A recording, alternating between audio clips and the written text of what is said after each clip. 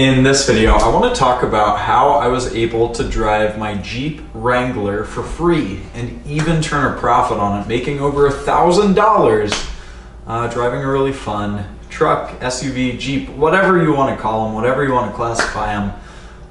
This is my story with the Jeep.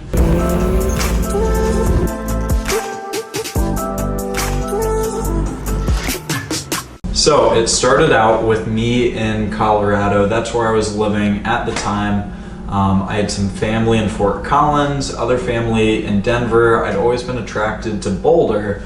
And it was when I was living in Boulder that I got this Jeep Wrangler. I was like, well, I'm living the Colorado dream, so may as well have like the typical Colorado vehicle, which is basically a Jeep Wrangler or a Raptor.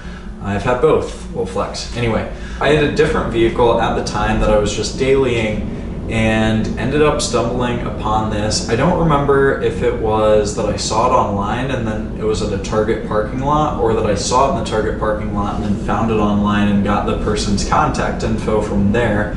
But I saw this Jeep. I saw that it already had wheels. I saw that it was the 08 Plus, so it was like the newer body style at the time. I think it was maybe the newest, but it was, I don't remember the classifications too well, but it was 08 Plus. And so I went home, I looked up the wheels, if they were worth anything. I talked to the seller about if there were any other modifications. I looked up common issues with these and all sorts of things. And so finally I realized, okay, these are pretty bulletproof. It was manual as well.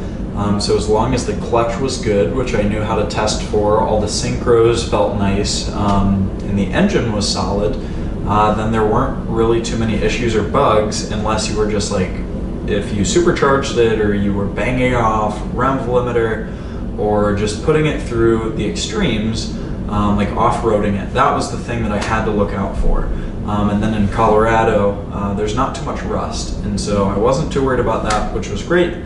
So I ended up checking out the Jeep and getting it for $12,000, which was great. Bought it cash, got it plated, and got emissions, because you have to do emissions testing in Colorado. And then, what else? There were a couple lights. That's what I want to talk about. So there was the ESP BAL, if I remember right, and then maybe traction control and a check engine light. So there were 3 lights on the dash, which is how I was able to negotiate for a lower price. And I looked it up and it said there was something, I don't remember specifically what it's called, but if the steering wheel isn't clocked completely straight, no matter what, the lights will come on. And so sometimes if there's no sensors or wires, or maybe it was the code that I found this, but anyway, I did some diagnosis online, and it said that if the steering wheel wasn't completely straight, it would throw these codes. And you could get under the Jeep with a adjustable wrench and loosen this thing, move it, and it would straighten out the steering wheel and eliminate the lights. And then the check engine light was caused by a sensor, and that was the same thing. It was like you would get under there with either a socket or an adjustable wrench, change the sensor, bam, you got it. So at the time I was just living in an apartment with like a parking structure underneath all of the apartments. I didn't have a shop, I didn't have infrastructure. I had a really small toolbox of just like hand tools, sockets, screwdrivers, speed wrench, whatever, nothing crazy. And so I looked up these videos. I didn't know how to wrench too much. I mean, I've never done an engine or a trans. I'm not like a good mechanic. But if I watch a YouTube video, I can change a sensor.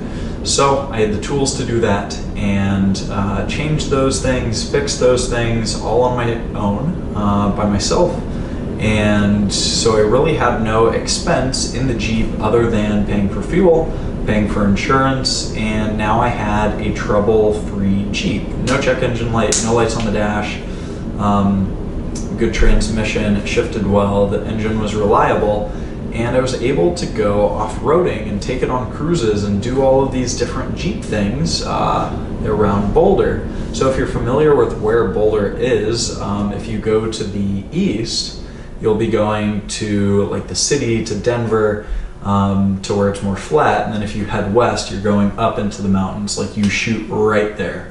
And so it was a really cool spot to have this Jeep, because my gym membership was one direction, and then to go off-roading, go on cruises, anything like that, it was in the other direction. And so I was able to, even throughout the winter, like really enjoy this thing, put it through its paces, and most importantly, get me around where I needed to go reliably, because it was a four-wheel drive Jeep, four-wheel drive locked up well, and like I said, it was lifted on these big wheels, and so there was no issue in terms of like making it through the snow. And so I think I bought it in the fall, sometime around there, maybe winter. And then as spring was approaching, I said, you know what, people are going to be getting their tax checks back. People are going to want to go off-roading in the summer, because even though like it's nice to have a Jeep in the winter, you would want to stay inside.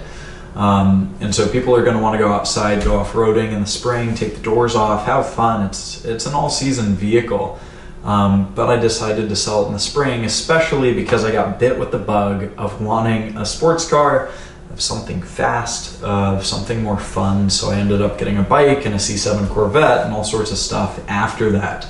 But I posted it for sale. I don't remember what I posted it at, probably like $14,500. I do remember that I did sell it for $13,500, which is really cool. So I ended up, all said and done, I mean, after you factor in tax, after you factor in insurance, all the gas that it consumed, I got an oil change done, just because of like the maintenance interval and stuff. But if you factor all of that in and expense that all out, it would still be driving a Jeep for months for free. And if you go based on purchase price or selling price minus purchase price, I would have made over $1,000, like $1,500. Realistically, after factoring in the sensor and the sales tax in Colorado, I think there was like a small amount that I cleared if you were just doing the bare minimum. But again, I put insurance on this, I was driving it around, I got plates, I did the whole shebang. And so I ended up driving the Jeep for free for a couple months. And now the reason that I wanted to make this video was, number one, to show that it's possible. Like, you can buy a vehicle that you want to drive, that you want to experience, that you enjoy. I wanted to live the Colorado dream. I wanted to drive a Jeep Wrangler. I wanted to go off-roading. And I needed a way to do that financially in a smart way, a smart financial path to get there.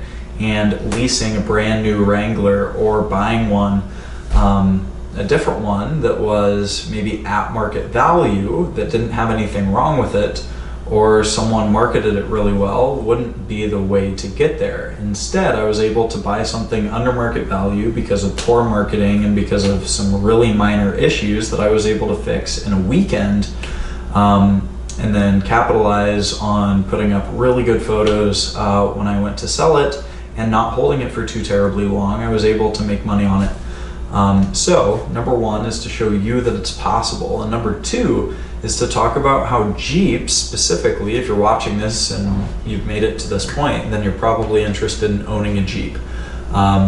The great thing about them is their depreciation schedule and how they don't really depreciate too hard compared to other vehicles. So if you take, let's say, Mercedes specifically, those are the worst. You buy a Mercedes new, and in a couple of years it's dropped to 50% of its value, like nothing. It's crazy. Versus a Jeep, they hold their value pretty high, and then especially as you get into the older ones, they don't depreciate steeply at all. If you get a decade-old Jeep with, I don't know, 80,000 miles on it, you could very realistically drive that for a year and put another 10 or 15,000 miles on it if you buy it smart, if you buy it right, without losing any money. Even the, I'm trying to get a sense of it, the 96 through 05, I think, TJ, I may be botching it. If you're a Jeep enthusiast, you're like, why does this kid not know his stuff? Anyway, those with the circle headlights, it was just after they came back from the square headlights. The circle headlights, even like 02s, 03s, with the 6-cylinder instead of the 4, will still go for like 10 grand. And so if you're able to get into, like, let's say an 06, 07, 08 Wrangler with the, it is also a 6-cylinder. I think it's a 3.6 instead of a 4.0. Again, I don't have any resources in front of me. I'm just going based on memory. You can get those for really low teens. And so if you're talking about a Jeep with, I don't know, 2/3 of the mileage that's 5 years newer, being only a couple $1,000s more than the previous era and the previous generation, it's a no-brainer. Like, those aren't going to drop and have that same fall off in value that a different vehicle would. So these are really good candidates, really good contenders for being able to drive something for free, especially that you like. Again, a Jeep is an all-season vehicle. It doesn't matter if you're in the Midwest, like I am right now, or in the West Coast, like I spend some of my time nowadays, where in the winter you have four-wheel drive. If you have a hard top and hard doors, then like it's a really solid vehicle. And then if you want to take the top off and take the doors off, then it's something super fun to cruise and boogie in on PCH or through the desert or whatever it may be. So they're really capable. A lot of people don't really push them to their limits, but if you want to make a machine out of it, you definitely could go rock crawling and do all that stuff. And there's a huge supply of aftermarket parts for these vehicles, and with that, a huge supply of used, keep that in mind, aftermarket parts with them as well, to where you can buy a used set of wheels and tires, or a used lift kit, or a used anything else for these vehicles, buy it used, put it on, and then increase the value by that much more, or revert it back to stock, sell it used, and you're not losing any money.